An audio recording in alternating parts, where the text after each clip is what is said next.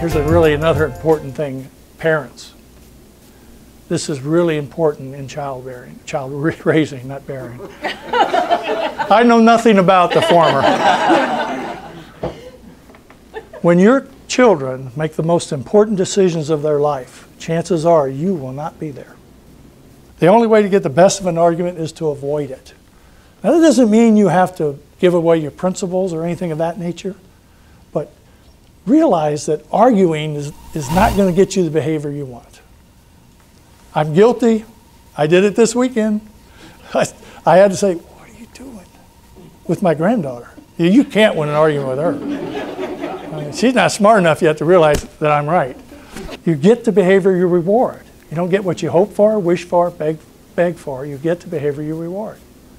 And often we, in organizations, in relationships, are rewarding the wrong behavior. Probably the biggest point here is live in the present. Have you ever heard that phrase before?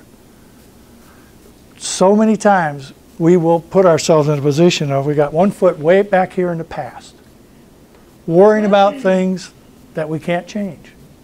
And the other foot's way out here in the future, worrying about things that are going to occur in the future. I love Mark Twain about the future. He said, I've experienced a lot of terrible, terrible things in my life, some of which actually happened. You know, don't we do that? Don't we do that? We don't live in the present. Events and circumstances, like we just talked about, really don't cause stress. It's our reaction to those events and circumstances. I don't often do this, but I'm going to quote an accountant named Doris Gagin. She said, yesterday is a canceled check, tomorrow's a promissory note. Today is the only cash you have. Spend it wisely. What's our technical skill as a parent when we have a small child? Life, right? We know all these life things and we're trying to teach them. And that's really important to do. But at some point, as I illustrated earlier, you got to start letting them experience some of that. Get away from your parent technical side and what we call cross the threshold. From being a pure technical or a pure infant parent to one who's now looking at the broader side of life and business. If you don't have goals, how can you know what's important? I love the quote from Lily Tomlin. She said, I always wanted to be somebody. Now I know I should have been more specific. Bill Cosby said it best. He said that grandchildren are your reward for not killing your own. People often need your care most when they deserve it the least. That's really powerful for a parent. Anybody have teenagers? Are they going through the hormone explosion? I told my other daughter, Jennifer, one night she went to sleep as Cinderella and woke up as Godzilla. Anyway, he said, what went on at school today? And Taylor's her name. She said, oh, Dad, it was really exciting. She said, one of the teachers was cooking popcorn in the microwave, and she left it in there, forgot about it, and burned, and there was smoke everywhere. Carrie said, well, did the smoke alarm go off? She said, no, it went on. Why would it go off? Two totally different meanings for 6 words, right? Depending upon where the punctuation is. Is it woman without her man is nothing, or is it woman without her man is nothing? Powerful, isn't it? So what I'm trying to illustrate here is how important and difficult communication is.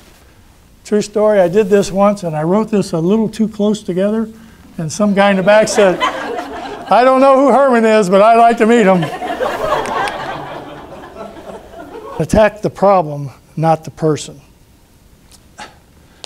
Best example I can give you of a personal story. I was in high school and I was working at the Dairy Dell, which was a local version of a Dairy Queen.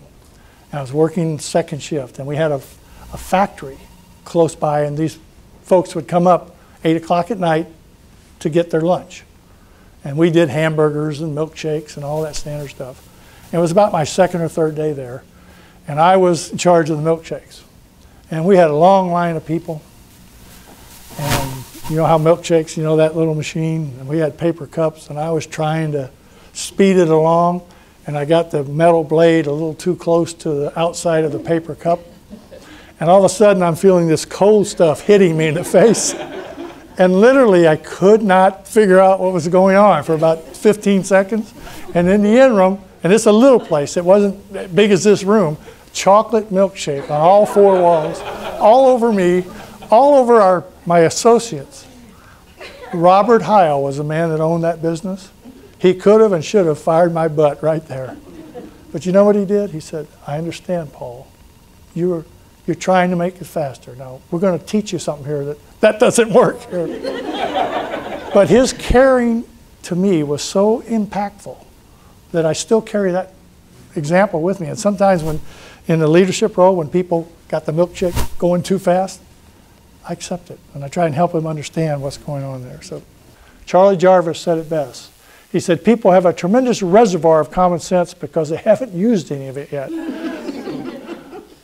On the front page here, it says, the greatest truths are too important to be new. That's a quote from Somerset Maugham. It's a really powerful quote if you think about it. And what I would like to change that a bit to say, paraphrase it, is the basic truths are too important to be new.